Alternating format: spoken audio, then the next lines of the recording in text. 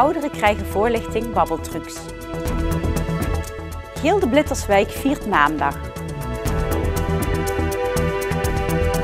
Het is vandaag 21 januari. Dit is het BLMA-journaal. Het project Waak voor Inbraak houdt in 2014 5 voorlichtingsbijeenkomsten in Venray over veiligheid bij senioren. De eerste bijeenkomst vond gisteren plaats in Veulen. Ouderen zijn steeds vaker de dupe van oplichterij en voornamelijk van babbeltrucs. Mensen bellen aan bij een oudere en proberen met een mooi en geloofwaardig verhaal binnen te komen. Eenmaal in huis maken zij vervolgens sieraden, geld en bankpassen buit. Het is een steeds groter wordend probleem in ons land. Met name doordat er ook steeds meer senioren zijn. De ouderen wordt steeds een groter wordende groep, kwetsbare groep, en je ziet steeds meer de criminelen daar misbruik van maken. Dus in het hele land is er gewoon sprake van toename van het aantal babbeltrucs waarbij ouderen gewoon de slachtoffer worden. Dus daarom hebben we ook gekozen voor deze aanpak nu. En die aanpak houdt in dat Waak voor Inbraak voorlichtingsbijeenkomsten organiseert. Tijdens zo'n bijeenkomst krijgen de ouderen door middel van korte toneelstukjes te zien hoe een babbeltruc in zijn werk gaat. Daarbij wordt getoond hoe je als oudere het beste kunt reageren. Hiermee wil politie en overheid de senioren bewuster maken. We willen de mensen laten nadenken wat ze kunnen doen als er zoiets gebeurt. Want meestal gaan ze pas nadenken als er iets overkomen is. Dus echt een stukje bewustwording. Want er hoort mensen in de zaal ook zeggen, oh, mij overkomt dat niet. Alleen het gebeurt toch elke dag weer. Dus dat mensen even nadenken, dit klopt niet, het verhaal klopt niet, ik ga er niet intrappen, ik ga de politie bellen. Dus als we daarmee al een aantal slachtoffers kunnen voorkomen, dan zijn we er heel erg blij mee. De opkomst in Veulen was groot. 70% van de KBO-leden uit het dorp was aanwezig in het gemeenschapshuis. Het merendeel was positief over hetgeen wat ze geleerd hadden, onder wie ook Gerrit Rijntjes. Ik vond het een heel interessante middag. Ik had heel vaak over babbeltrucs gehoord en ook op de televisie vaak gezien. En dan vanmiddag wordt er weer op de feiten gewezen wat er allemaal kan gebeuren als er plotseling iemand aan de deur staat. Heeft u wel eens zo iemand aan de deur gehad? Wij bij ons persoonlijk niet, maar toevallig een paar weken terug, bij ons de buurvrouw, daar kwam een mevrouw aan de deur en die vroeg of ze naar de wc mocht. En dat was die buurvrouw, die is 85, die heeft dus gezegd dat ze dat niet toestond. Dus dat was op zich een hele goede beslissing van haar. En wat voor tips heeft u vanmiddag gekregen die u ook gaat toepassen? Ja, echt alert zijn en blijven. Na afloop praten de ouderen nog wat na over de informatie die ze hadden gekregen. Maar niet iedereen had het idee dat de informatie daadwerkelijk iets had toegevoegd. Nou, ik vond het voor mij niet interessant. Want het zijn allemaal dingen die je eigenlijk verwachtte. Ja, dat je het zo niet moet doen. Nee, denkt u dat het anders gaat in het echt? Nou, ze komt bij mij tenminste niet zo binnen. Echt niet. En denkt u wel dat misschien de rest van de mensen hier er iets aan kan hebben? Nou, ik denk dat we hier in het dorp allemaal met elkaar heel goed opletten.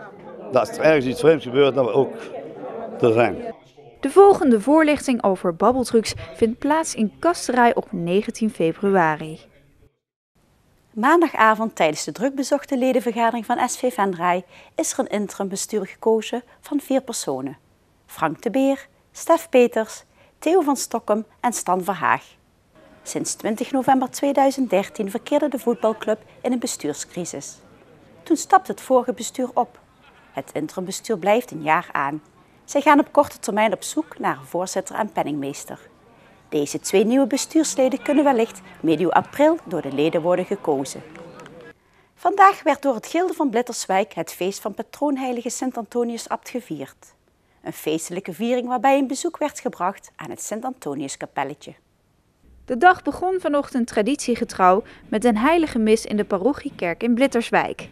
Hierna volgde een stoet van gildebroeders en gildezusters naar het kapelletje waarna een gebed en offer de traditionele borrel werd genuttigd.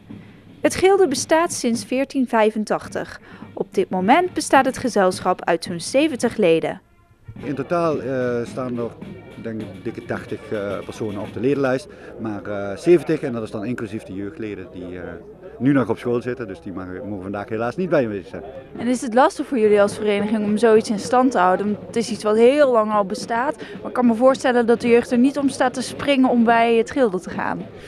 Nee, in de bewoordingen van mijn eigen kinderen is het überhaupt cool om bij een gilde te gaan? Ja, dat weet ik eigenlijk niet precies. Je moet wel zo zien, wij zitten in een heel kleine dorpsgemeenschap, 1000 inwoners. En het gilde bestaat al meer dan 500 jaar. Dus wat dat betreft heeft het gewoon een vaste plaats in het dorp verworven. En ja, wij doen er natuurlijk ook alles aan om jongeren het wel te laten blijken van dat het gilde cool is en sexy misschien wel. Om zodoende toch aan voldoende aanwas te blijven krijgen. Maar het is zonder meer, ja, het valt niet mee. Maar ja, als je 1000 inwoners hebt in een klein dorpje, dan is het wel lastig. Onder de huidige leden zijn dit jaar ook een aantal jubilarissen. In totaal werden 5 personen vandaag gehuldigd, van wie 1 persoon al 60 jaar lid is van het gilde, 3 inmiddels 40 jaar en 1 gildebroeder vierde het 25-jarig lidmaatschap. Alle tezamen goed voor maar liefst 205 jaar lidmaatschap van het Bletterswijkse gilde. Jan Driessen is een van deze gildebroeders. Hij maakt al 40 jaar deel uit van het gezelschap. Driessen heeft het gilde in de loop der jaren flink zien veranderen. We zijn toen opgestart met bierkruien en van daaruit is dat steeds verder vooruitgang geboekt. Dat wil zeggen, dus we zijn met uniformen begonnen, het koningsschieten is in stand gebracht en allemaal dat soort zaken. Dus het is eigenlijk toch een groot verschil weer. Nu kan iedereen uit Bletterswijk zich aanmelden voor het gilde.